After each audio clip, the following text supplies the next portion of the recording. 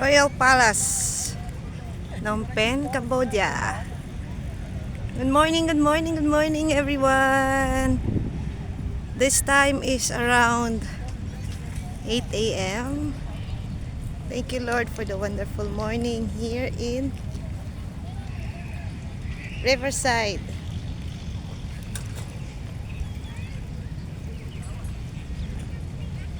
Happy Saturday everyone. Ayan, ang daming mga turista dito. This is Ernilyn for those new to my channel,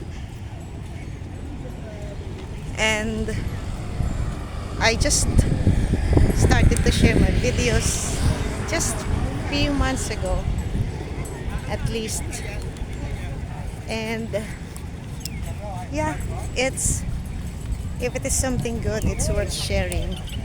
So masarap mag-jogging dito sa mag-exercise, mag-devotion dito sa Riverside. And ayan, maraming tourist din. And maraming kalapati, ayan. So may nag-bird feeding kami kanina. And this is the Royal Palace as I mentioned earlier. So Royal Palace, kaya ito na, mga tourist to. Ayan. Ayan. Iwan na yata nila ako.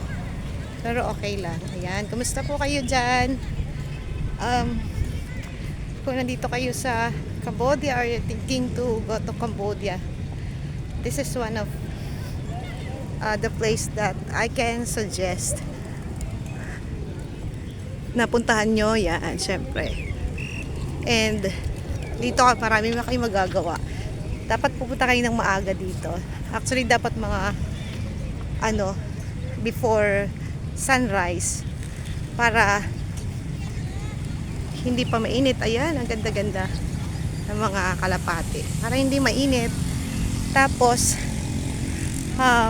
later siguro punta na kayo dito sa Royal Palace. And then dito along the road, marami dito restaurant, cafes na pwede kayong mag-breakfast, or sa gabi marami din dito ng mga mga pwedeng puntahan ng mga restaurant. Yan.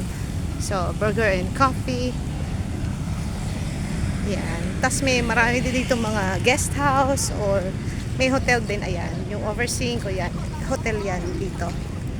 So yeah. Have a great day everyone. God bless and keep safe po. God bless everyone. Bye. See you on my next video. Bye-bye.